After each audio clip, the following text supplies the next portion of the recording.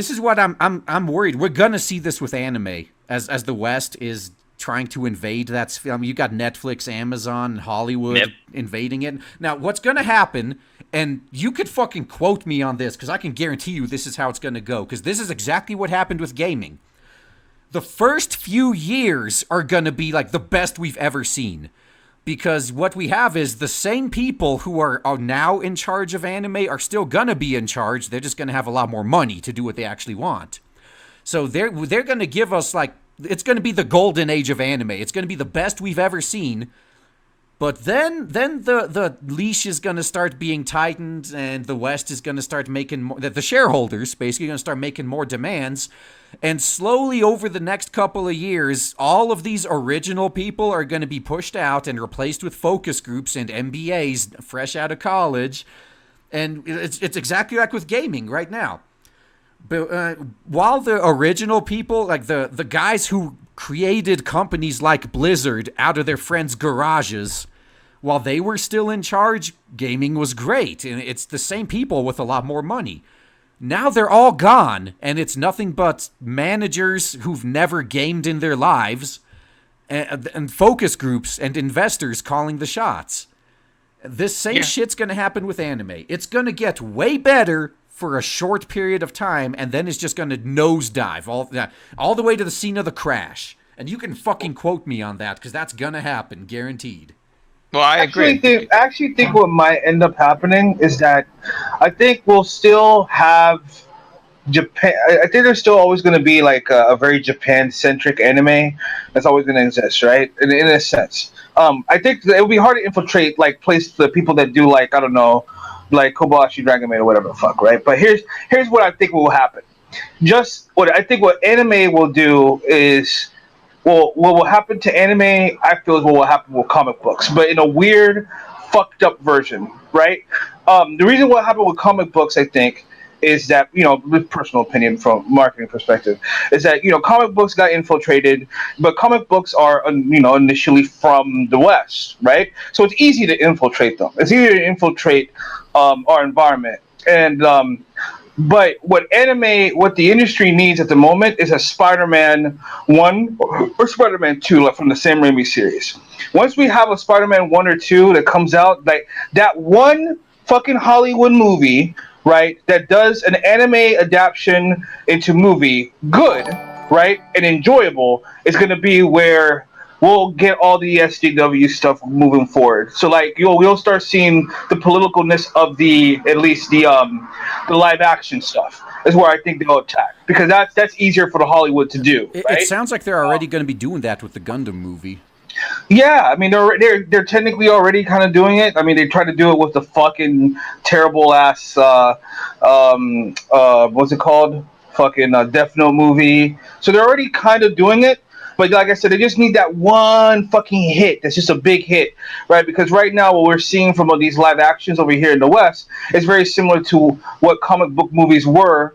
I mean, we had like a little interesting stuff like Blade, but we had just a shit ton of shitty comic book movies. Catwoman, Daredevil, a whole bunch. The Hulk movie to come out, and then we just need that one flick, right? That's just hits all the right buttons. Iron Man moment. And it looks like we're gonna get it. That's because I actually cheered every time the anime industry failed to hit the mainstream in the West in the past because I knew what was gonna happen when it happens. But now Hollywood. I gotta clarify myself.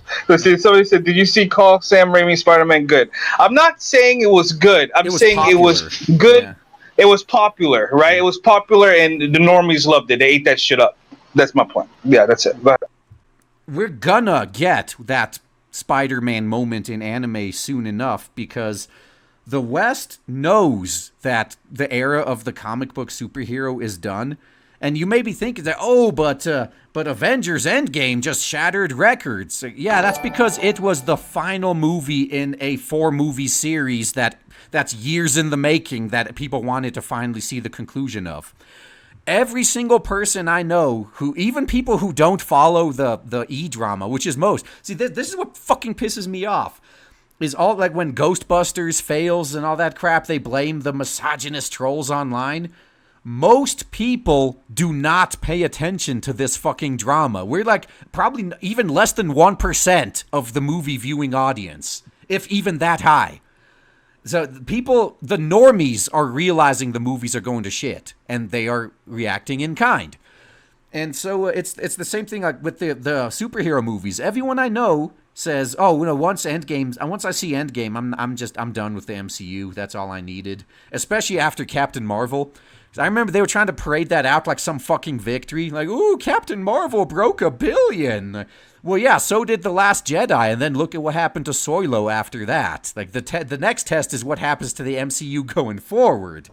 Another thing too to remember is that you have to also. I mean, even to this day, sorry, marketer mode kicks in, and then this is where things get kind of like ruin people's parties. Even to this day, Gone with the Wind, I believe, is still the highest grossing true profit movie of all time, right? So why am I saying that? Adjusted for inflation, of course. Adjusted for inflation, right?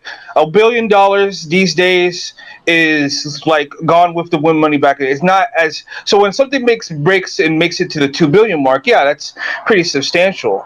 But 1 billion. I mean, think about it like this, right? I think Batman versus Superman, I believe, made $1 billion, but they still were disappointed with the profit margins. It still didn't break even, right? So you always have to think about inflation when it comes to these blockbuster prices, right? And how much they make, especially if they're not budgeting well.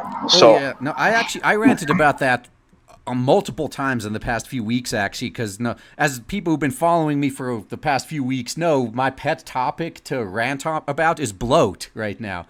Like, that's why, like, remember where Squeenix put out the first of the Tomb Raider reboots, and they were disappointed that it only sold like 6 million copies or something stupid like that? And I'm like, okay, like you get that. You get AAA disappointed when they only move 6 million copies, and in the meantime, some indie is ecstatic at breaking 50,000.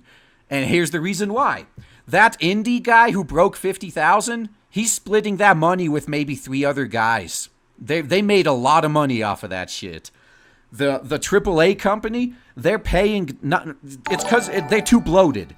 They're not just paying for the development team. They're paying the shareholders, the investors, all the executives, other departments in the company, like the useless ass trust and safety council.